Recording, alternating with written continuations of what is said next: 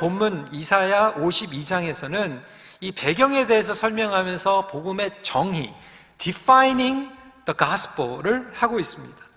그 배경은 이렇습니다. 이스라엘 백성들이 나라를 빼앗기고 예루살렘이 무너지고 성전이 무너지고 바벨론 포로 생활 가운데에서 자유를 뺏겼습니다. 생명을 빼앗겼습니다. 목적이 없이 살아가고 있습니다. 희망이 없어요. 미래가 없어요. 이러한 상황 가운데에서 이스라엘 백성들에게 하나님께서 복음을 들려주십니다. 복음이라고 하는 것은 좋은 소식이에요. 굿뉴스이죠. 7절 말씀입니다. 좋은 소식을 전하며 평화를 공포하며 복된 좋은 소식을 가져오며 구원을 공포하며 시온을 향하여 이르기를 내 하나님이 통치하신다 하는 자의 산을 넘는 발이 어찌 그리 아름다운가. 여기에서 복음은 쉽게 얘기하면 좋은 소식.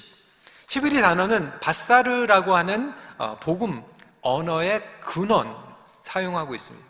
그러니까 좋은 소식을 복음이라고 얘기하고 그것을 히브리어로 바사르라고 하는 단어를 사용하고 있는데, 이 바사르라고 하는 단어는 어려운 내용이 아니었죠. 일상생활에서 흔히 사용하는 단어였고 말이었습니다.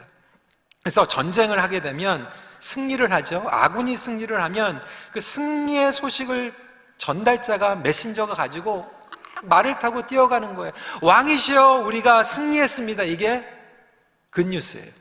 이게 좋은 소식이었습니다. 그런데 하나님께서 이스라엘 백성들에게 주시는 좋은 소식, 정말로 뛰어가서 빨리 전해야 되는 좋은 소식이 뭐냐면 7절에 조금 더 구체적으로 하나님께서 통치하신다라고 하는 의미였습니다. Our God reigns. 그러면서 8절에 더 설명하죠. 내 파수꾼들의 소리로다 그들이 소리를 높여 일제히 노래하니 이는 여호와께서 시온으로 돌아오실 때에 그들의 눈이 마주 보리로다. 그래서 구약의 이사야서 52장을 통해서 복음에 대해서 설명하고 있는데, 이 복음의 본질은 뭐냐면 하나님께서 통치하신다. 이스라엘 백성들이 바벨론 포로의 신분으로 붙잡혀 갔을 때, 그리고 예루살렘이 무너졌을 때 어떻게 보면 하나님 자신도 떠나신 거예요. 그들의 죄 때문에, 우상 숭배 때문에, 그리고 끊임없이 선지자들을 통하여서 메시지를 주실 때 회개하라고 얘기했는데 목이 곧어서 회개하지 못하고 나라가 망하고 그들이 자유를 빼앗기고 노예로 살아가고 있는 그들에게 하나님께서 돌아오셨다. God has returned. 그리고 돌아오셔서 하나님께서 통치하신다라고 하는 그 소식 자체가 굿뉴스라고 하는 거예요. 여러분, 이것이 바로 하나님 나라의 복음인 줄 믿으시기 바랍니다. 하나님께서 우리의 삶 가운데 돌아오신 게 복음이에요. 하나님께서 우리의 삶을 통치하시는 것이 복음입니다. 그러면 복음의 결과는 무엇일까? 복음을 믿으면 우리에게 먼저 샬롬, 온전함, 가정에서의 폭력, 갈등, 깨어짐과 부서짐이 있는데 그 복음이 선포되면 그 가운데서 화목이 일어나는 거예요. 하나님과 화목이 일어나고요. 미워하고 증오하고 정말로 싫어하는 사람이 복음이 들어가니까 용납이 되고요, 이해가 되고요, 하나님의 사랑으로 그 사람을 사랑하고 싶은 마음이 생기게 되는 것이죠. 예전에는 죄로 인하여서 중독으로 인해서 죄의 사슬에 묶여져 있었는데 복음의 능력이 들어오니까 그 상황을 뛰어넘을 수 있는 성령의 충만함으로 주심으로 우리가 과거의 그 사슬을 깨어내고 일어날 수 있는 능력을 하나님께서 우리에게 부어주시는 것이죠. 복음이 들어오니까요, 성전이 회복이 돼요. 복음이 들어오니까 예배가 회복이 됩니다. 그래서 예배 드려라, 예배 드려라, 예배 드려가지고 구원받는 거 아니에요. 그런데 구원받으면 예배가 회복이 돼요. 복음이 들어가면 새로운 피조물이 되면 죽음에서 생명으로 옮겨져요.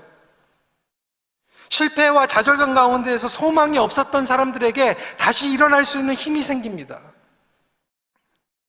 말씀드리던 것같이 미움과 증오의 삶 가운데에서 용서하는 삶으로, 여러분, 그래서 이 변화 자체를 우리는 집착하면 안 돼요. 여러분, 자꾸 배우자들 바꾸려고 그러지 마세요. 변화에 집착하지 마세요. 피곤합니다. 여러분들 못 바꿔요. 그리고 바꾸려고 하는 의도가 무엇입니까? 여러분들 편하게 하기 위해서 바꾸려고 하는 거죠. 자꾸 바꾸려고 기도하지 마세요. 자녀들 바꾸려고 기도하지 마세요. 여러분들이 기도해야 되는 건 뭐냐면, 하나님, 우리 자녀가 하나님의 통치하심으로 들어가게 하여 주시옵소서. 우리 남편이, 우리 아내가 하나님의 통치하심으로 들어가게 해주세요. 하나님과 친밀함을 누리게 하시고 하나님께서 다스리시면 그 복음이 들어가면 자연스럽게 하나씩 하나씩 바뀌는 거예요. 실패와 낙심 가운데 있었던 이스라엘 백성들이 복음을 선포했을 때 하나님께서 돌아오신다. 하나님께서 우리를 통치하신다.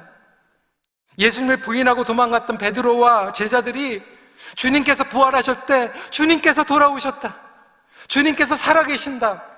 주님께서 우리의 삶을 다스리신다라고 하는 것이 복음이라면 과연 저와 여러분들에게는 그 복음의 능력이 어떻게 다가가고 있는가? 어떻게 살아가고 있는가? 그 좋은 소식을 저와 여러분들이 살아가면 마지막 결론인 저와 여러분들이 가는 것이 좋은 소식이에요. 저와 여러분들이 좋은 소식이어야 돼요. 왜 다니면서 우리가 나쁜 소식이 됩니까? 왜 교회가 나쁜 소식이 되고 믿는 사람들이 가가지고 배드 뉴스가 됩니까? 저희가 가면 당연히 좋은 소식이 돼야지. 그래서 그 사명감이 우리의 삶 가운데에서 복음의 능력과 함께 흘러가기를 간절히 기도합니다.